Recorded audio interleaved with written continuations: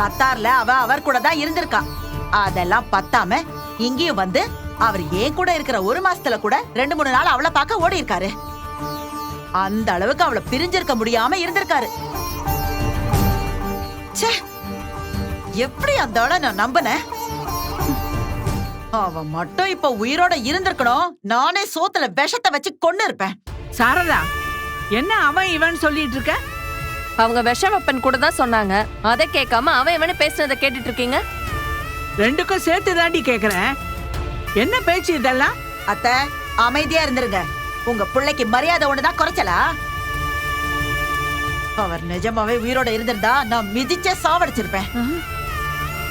இப்படி ஒரு புள்ளைய பெத்ததுக்கு நீங்களும் அதை தான் பண்ணணும். எப்படிதான் இந்த மாதிரி ஒரு புள்ளைய பெத்துட்டு என்கிட்ட இப்படி தைரியமா பேசுறீங்களோ? மா சரி விடுமா, பாட்டியை திட்டி என்ன ஆக போகுது? அப்ப உன் பாட்டிய சும்மா இருக்க சொல்லுடி. அந்த ஆள அவன் இவனு சொல்லக்கூடாதாம்ல. அவெல்லாம் ஒரு ஆளு. இதுல மரியாதை ஒண்ணுதான் கேடு. ச்சே. நீ விடு பாட்டி.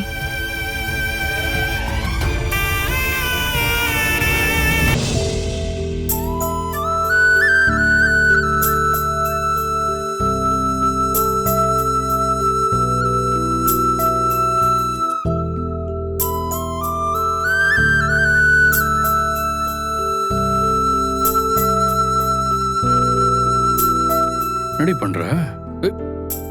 டேய், என்னடி இது? கண்ணு மூக்கு வாயெல்லாம் போட்டோ எடுத்து பார்த்துட்டு இருக்க? என்ன காலையும் போட்டோ எடுத்து பார்த்துட்டு இருக்க? எல்லாம் காரணமாதான். என்ன காரணம்? இந்த போட்டோவை நல்லா பாருங்க. ஏதாவது வித்தியாசம் தெரியுதா? கால்ல என்ன வித்தியாசம்? எனக்கு ஒண்ணும் அப்படி தெரியலையே. ஏய், கால் வீங்கி இருக்கா என்ன? எப்படி கண்டுபிடிச்சீங்க? ஜூம் பண்ணி பார்த்தா தான் நல்லாவே தெரியுது. எங்க காட்டு.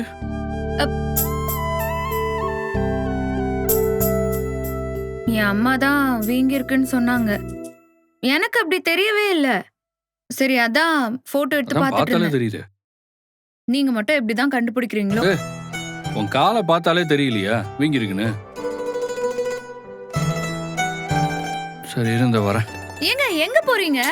வரேன் இருமா. எங்க போறாரு?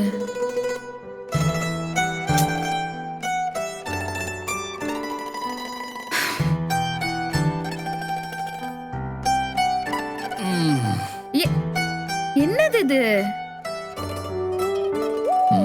சூடு கரெக்டா இருக்கு. இதுல காலவை. ஏங்க என்னங்க இது? ஏன் சொன்னாதான் வைப்பியா? ஆமா. சுடு தண்ணியில உப்பு போட்டிருக்கேன். இதுல காலை வச்சா வீக்கம் குறைஞ்சிரும். வை. உங்களுக்கு எப்படி இதெல்லாம் தெரியும்? நான் ஏற்கனவே இது எல்லாத்தையும் பார்த்து வச்சிட்டேம்மா. நீ காலை வை. சொல்லவே இல்ல. எல்லாத்தையும் சொல்லிட்டு இருப்பாங்களா? காலை வை.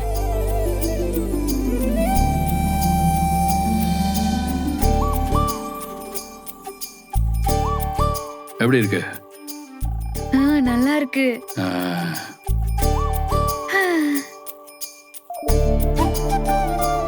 இதே மாதிரி இன்னும் கொஞ்ச நேரம் வச்சுட்டு இருந்தேன்னா என் வீக்கெல்லாம் அப்படியே காணாம போயிடும். ஓ.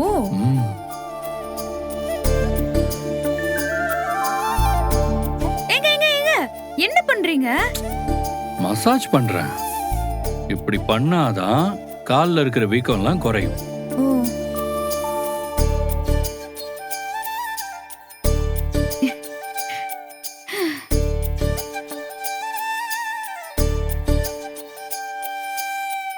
செம்மையா இருக்கு.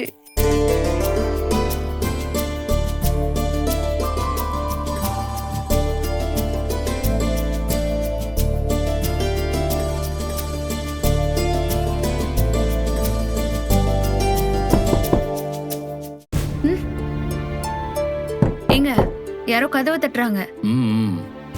வாங்க.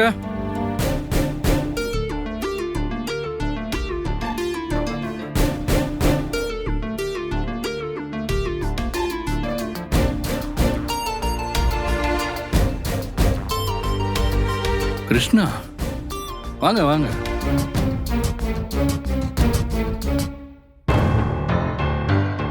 காவேரி, எழுந்து வந்துடாத. காலை தண்ணியிலே வச்சுக்கிட்டு அப்போதான் வீக்கம் குறையும். என்ன?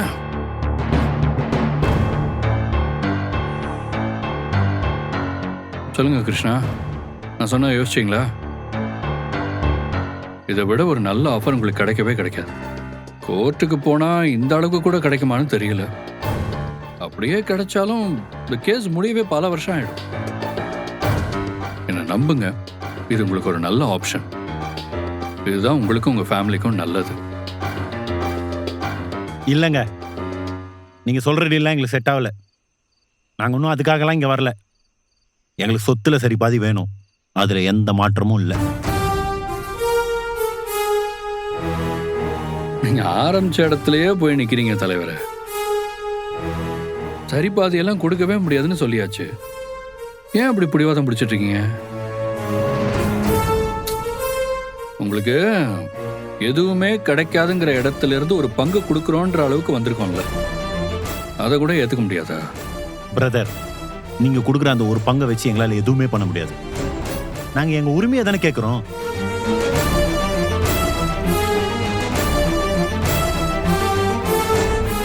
இப்போ ஒரு பங்கு கொடுக்கலான்னு யோசிச்சவங்க அடுத்து சரி பாதியா கொடுக்கலான்னு யோசிக்க எவ்வளவு நேரம் ஆக போகுது?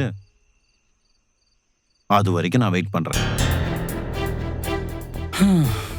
ஓகே, நான் சொல்ல வேண்டியதை சொல்லிட்டேன். அதுக்கப்புறம் உங்க சாய்ஸ். ஆனா இதுக்கு மேல நீங்க இங்க தங்கியிருக்க முடியாது. நாளைக்கே இங்க இருந்து கிளம்புற வழியை பாருங்க. நாங்க ஏன் பிரதர் போனோம்? எங்களுக்கு கொடுக்க வேண்டிய கொடுத்துருங்க, நாங்க போயிட்டே இருக்கோம். நான் பிரச்சனையை பேசி தீர்க்க தான் உங்களை ஒரு நாள் இங்க தங்க சொன்னேன். அதுக்கான டைம் எப்பயோ முடிஞ்சிருச்சு. நீங்க எதுக்கும் ஒத்து வர மாதிரி தெரியல. ஒழுங்கா பிரச்சனை பண்ணாம இங்க இருந்து கிளம்பிருங்க.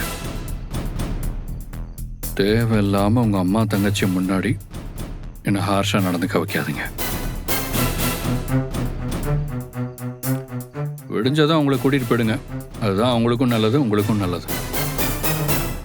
வெளியே போயிட்டு நீங்க போலீஸ்ட்ட போங்க, கேஸ் போட்டுக்கோங்க, என்ன வேணாலும் பண்ணிக்கோங்க. ஆனா இனிமே உங்களால இங்க தங்க முடியாது. போக முடியாது பிரதர். என்ன பண்ணுவீங்க?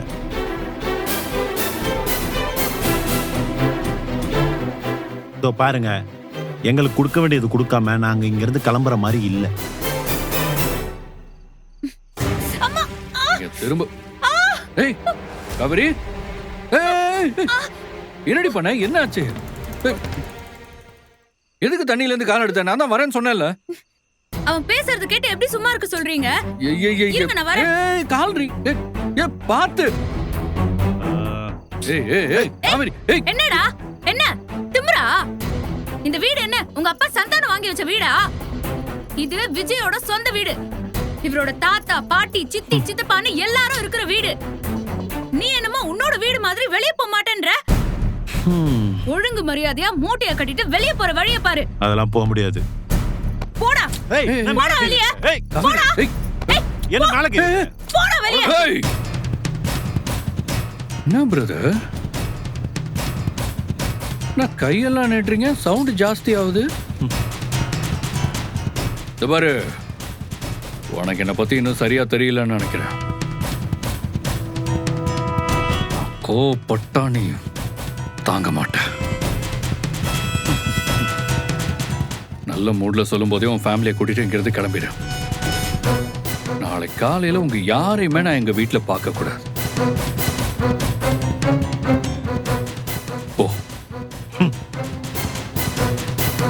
போடா.